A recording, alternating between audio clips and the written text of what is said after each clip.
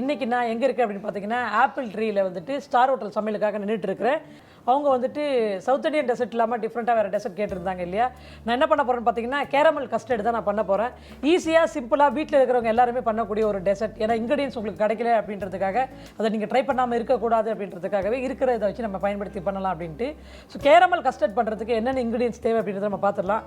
Egg வேணும், பால் வேணும், ஜாதி காய் வேணும், வெண்ணிலா எக்ஸ்ட்ராக்ட், சுகர், இதுதான் வந்து இதுக்கு தேவையான இன்க்ரீடியன்ஸு. நெய்யோ டால்டாவோ ஆயிலோ எதுவுமே தேவையில்லை. ரொம்ப சிம்பிளான ஹெல்த்தியான ஒரு டிஷ்ஷும் கூட. ஃபஸ்ட்டு நம்ம வந்துட்டு சுகர் வந்துட்டு கேரமல் பண்ணிக்கலாமா?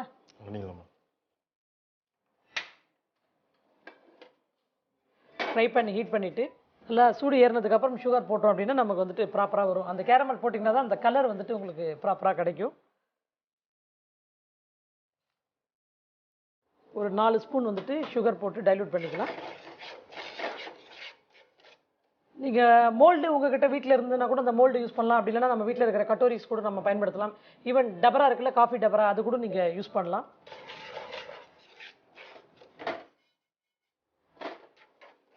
மேடம் வீட்டில் வந்து பார்த்தீங்கன்னா இப்போ ஹோட்டலில் வந்துன்னா ஓவன் அது மாதிரி குக் பண்ணுவாங்க. வீட்டில் அப்புறம் பண்ணுறப்ப கஸ்டர்ட் எதில் வச்சு குக் பண்ணுறது? நீங்கள் வந்துட்டு மைக்ரோ ஓவன் இல்லை அப்படின்னா அதை பற்றி ஒரி பண்ண வேண்டாம். நம்ம ரெகுலராக இட்லி ஸ்டீமர் இருக்கு இல்லையா, அந்த ஸ்டீமரில் கூட வச்சு ஸ்டீம் பண்ணலாம். அப்படி இல்லைன்னா வெறும் ட்ரேயில் வச்சு உள்ளே தண்ணி வச்சு தண்ணியில் இதை வச்சு மேலே சில்வர் ஃபாயில் போட்டு ரேப் பண்ணால் கூட ப்ராப்பராக வந்துட்டு குக் ஆகிடும் உங்களுக்கு. Okay ma'am. அதனால தான் வந்துட்டு எல்லாரும் வீட்டில் பண்ணி பார்க்கக்கூடிய டிஷ்ஷாக வந்துட்டு நம்ம இதை பண்ணுறோம். ஸோ மைக்ரோ ஓவன் இல்லைன்றதுக்காக நீங்கள் ஒரி பண்ண தேவையில்லை. இதே பேஸாக வச்சு வேறு எதுவும் பண்ணலாம்? இது எசன்ஸ் ஃப்ளேவர் நீங்கள் சேஞ்ச் பண்ணலாம். இப்போ வெனிலா எக்ஸ்ட்ராக்ட் போடுற மாதிரி வேறு எக்ஸ்ட்ராக்ட் போட்டு நீங்கள் ஃப்ளேவர் சேஞ்ச் பண்ணலாம். மில்க்லேயே பண்ணலாம். இதில் மேங்கோ பல்ப் இருக்கு இல்லையா, மேங்கோ பல்ப்பு, ஃப்ரூட் பல்ப்பு வச்சு நம்ம பண்ணலாம்.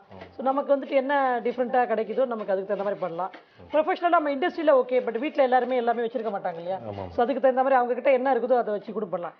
ஈவன் பிரெட்டுக்கு ஜாம் வச்சுருக்காங்க பார்த்தீங்களா, அந்த ஜாம் கூட இந்த கேரமலுக்கு பதிலாக பாட்டம் அந்த இது வச்சு கூட பண்ணலாம்.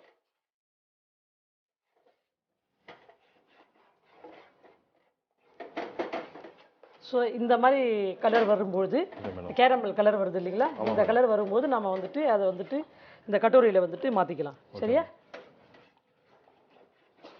வந்து ஓவராக பிளாக் ஆகிடக்கூடாது. ஆமாம், இந்த நம்ம உடன் ஸ்பாட்ல கலரில் வந்துச்சுன்னா தான் உங்களுக்கு அது பார்க்குறதுக்கு நல்லாயிருக்கும். கேரமல் ரெடி ஆயிடுச்சு. இப்போ நம்ம வந்துட்டு எக்கு பீட் பண்ணி பால் எல்லாத்தையும் மிக்ஸ் பண்ணிக்கலாமா? மிக்ஸ் பண்ணிக்கலாம்.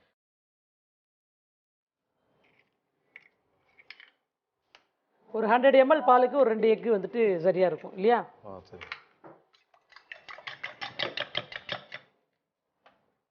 இப்போ இது கூட மில்க் வந்துட்டு நல்லா ஹாட் மில்க் வந்து பாயில் பண்ணிவிட்டு அதை வார்ம் பண்ண மில்க் நம்ம இப்போ யூஸ் பண்ணுறோம். இது கூட சுகர், ஏற்கனவே கேரமல்லே ஸ்வீட்னர் இருக்கும், உங்களுக்கு தேவையான அளவு சுகர் போட்டுக்கலாம். ஹேண்ட் பிளெண்டர் இருந்தால் ஹேண்ட் பிளெண்டரில் பண்ணலாம். இல்லாதவங்க ஃபோர்க் வச்சு நல்லா இந்த சுகர் நல்லா கரையிற அளவுக்கு பிளெண்ட் பண்ணி. கிரேட்டர் எடுங்க. ஜாதிக்காய் அப்படின்னு சொல்லுவாங்க இல்லையா, இந்த நட்மங் வந்துட்டு யூஸ் பண்ணிக்கலாம். அரோமா நல்லா இருக்கும் டிஃப்ரெண்ட்டாக. இது ஈஸியாக கிடைக்குமா?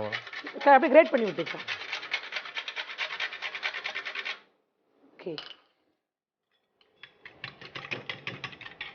இது வந்துட்டு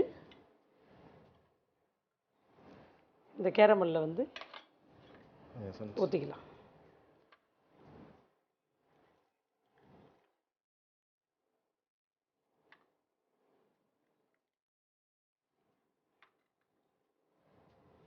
ஓகேவா?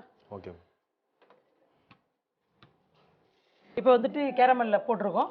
எக்கு, மில்க்கு, சுகர் பிளெண்ட் பண்ணியிருக்கோம். கூட வந்து கிரேட்டட் நட்மங் போட்டிருக்கோம். ஃப்ளேவர் வந்து எக்ஸ்ட்ராக்ட் இருக்கு இல்லையா, வெண்ணிலா எக்ஸ்ட்ராக்ட், அது வந்துட்டு நம்ம மேலே வந்துட்டு அரோமாக்காக பண்ணலாம். இந்த பிளெண்ட் பண்ணும்போதும் நீங்கள் மிக்ஸ் பண்ணிக்கிறதுனால பண்ணிக்கலாம். Okay madam. இல்லை ஃபியூ ட்ராப்ஸ் நம்ம அதில் விடுறதுனால விட்டுக்கலாம். ஓகே, சில்வர் ஃபாயில் கொடுங்க. நம்ம வீட்டில் பண்ணுறப்ப இந்த வெண்ணிலா எசன்ஸ் பண்ணால் வேறு ஃப்ளேவர் கூட ஆட் பண்ணலாம். எந்த எசன்ஸ் வேணாலும் நீங்கள் பண்ணலாம். ஈவன் நம்ம ஐஸ்கிரீமுக்கு நிறைய ஃப்ளேவர் சேஞ்ச் பண்ணுறோம் இல்லையா, அதே மாதிரி என்ன ஃப்ளேவர் வேணாலும் பண்ணலாம். பட் ரெகுலராக வந்துட்டு கேரமல் கஸ்டர்டுக்கு ஸ்டாண்டர்டோன் எஸ்ஓபி இது பார்த்தீங்கன்னா நம்ம வெனிலா எக்ஸ்ட்ராக்ட் வந்துட்டு யூஸ் பண்ணுவோம். இதை வந்துட்டு நம்ம மேலே வந்து ஃபோல்டு பண்ணிடலாம்.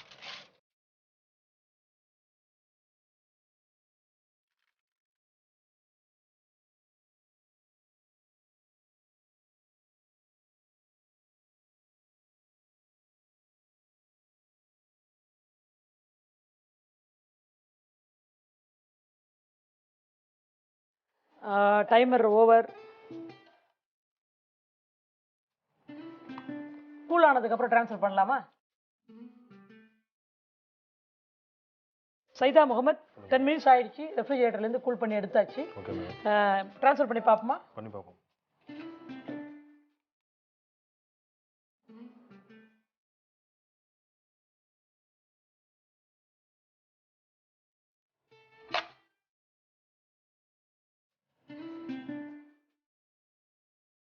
சைதா முகமது சாப்பிட்டு பார்த்துட்டு நீங்களும் ட்ரை பண்ணுங்க, சரியா?